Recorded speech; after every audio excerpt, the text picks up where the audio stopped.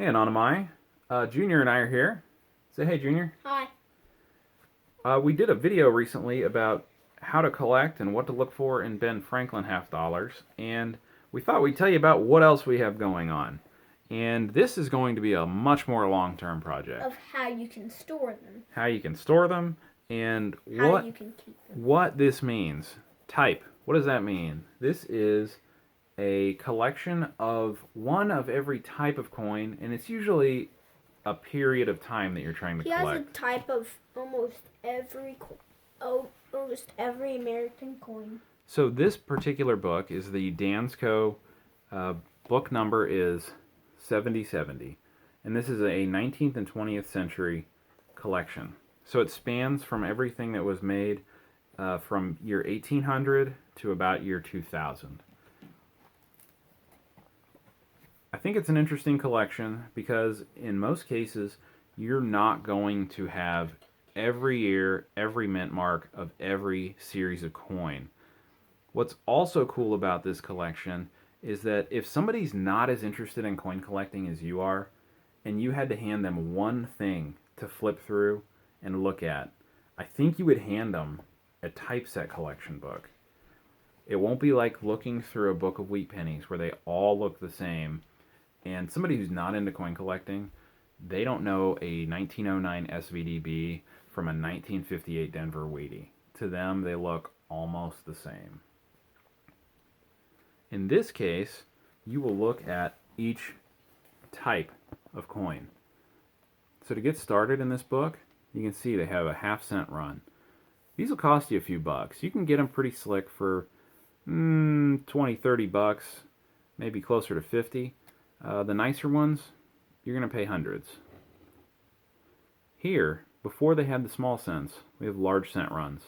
I've only got one right here. I got that as an anniversary gift, as a matter of fact.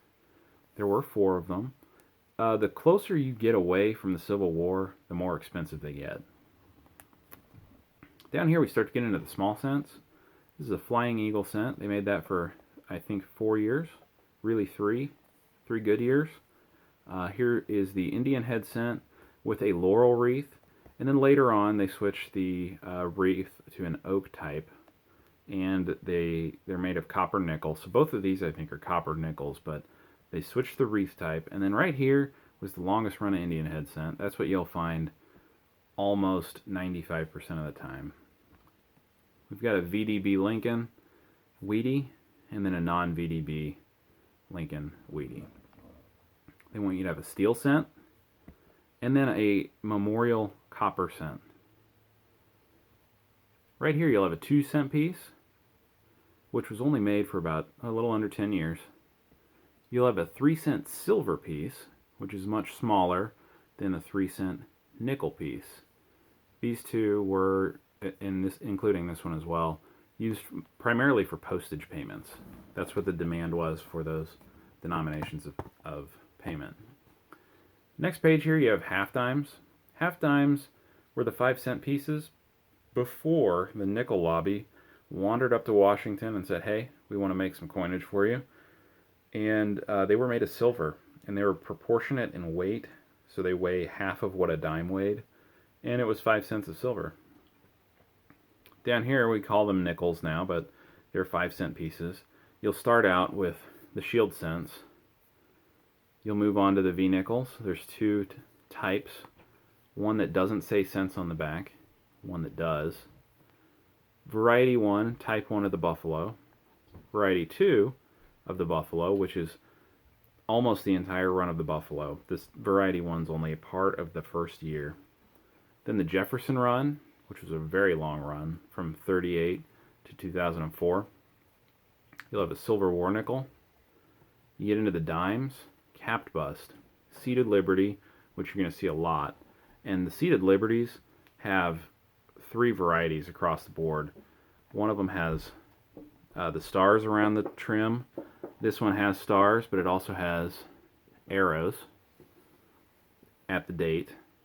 And then the one that says legend, what that means is they changed the stars around the rim to say United States of America.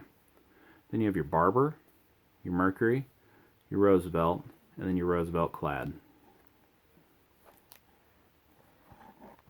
Moving on, a lot of people don't know, this is another one of those beginner coin collectors would have a kick out of this book because there's a 20-cent piece. They only ran it for 4 years. Then you move on to quarters, capped bust, and again, the same varieties of the Liberty seated. No motto, and then with arrows, and then with the motto. Then you have your Barber quarter, your Standing Liberty Variety 1, which has to do with the stars on the reverse. Variety 2, then you have a Washington silver quarter, and then a Washington clad quarter. Then you move on to the half dollars.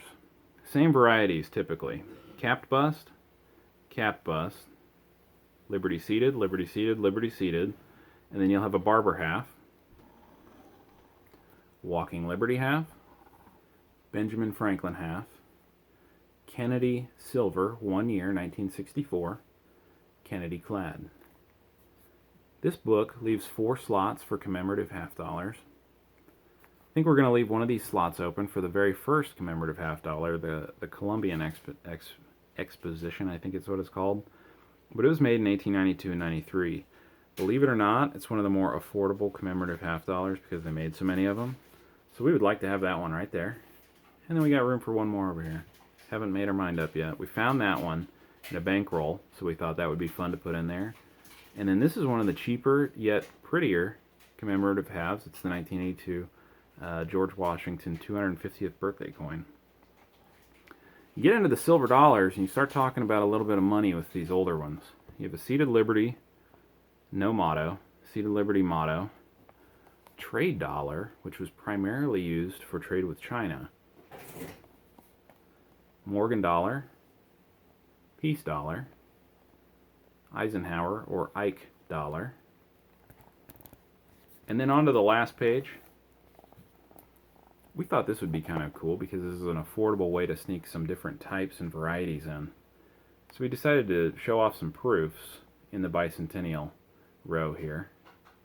S mint mark, silver proofs. They're all 40%. Modern coinage, you have your Susan B. Anthony, Sacagawea dollar. And then, since this is a 20th century type, 19th and 20th, try to find a state quarter that's somewhere in 1999 or 2000. There's room for a commemorative $1 piece, and then they want a standard American Silver Eagle. So like I said, if you want to do something interesting that has a lot of variety, it's not repetitive, you're not having to hunt down and pay big money for key dates, I recommend this type album. This is going to be one of our ongoing projects for the next probably year or 2 years. So in our coin show videos, you might notice that we're trying to fill out this type album. That's why. It's cool. I think anybody can really appreciate this one, not just coin collectors. So go find yourself a type album. You can find a 20th century type album as well, and it won't cost you nearly what it will cost to fill it out. A lot of these early 1800s are going to be kind of expensive, so it'll take a lot longer. So look around. This is the Dansco 7070 book. Whitman makes some cool folders for beginner type albums. I've also seen Whitman more like albums like this with the slides for 20th century. I think I might get one for junior. And try it out, guys. Do some research. See what you think. It might be a fun new way to collect some coins you've never collected before and sort of fill out your collection. So anyway, thanks for watching, guys. Click that like button and subscribe. We love to hear from you, so leave a comment down below. Junior has one more thing to say. If you we had a reveal video, and if you've seen it, please watch it again. If you haven't seen it, watch it, and after you see it, please tell your friends about it that coin collect and that don't know it. In case you aren't sure what he's talking about, we had a gender reveal coin video a few videos back. So go back and watch it and tell your friends about it. It was fun for us to make, and we'll see you next time, guys. Thanks for watching. Happy hunting.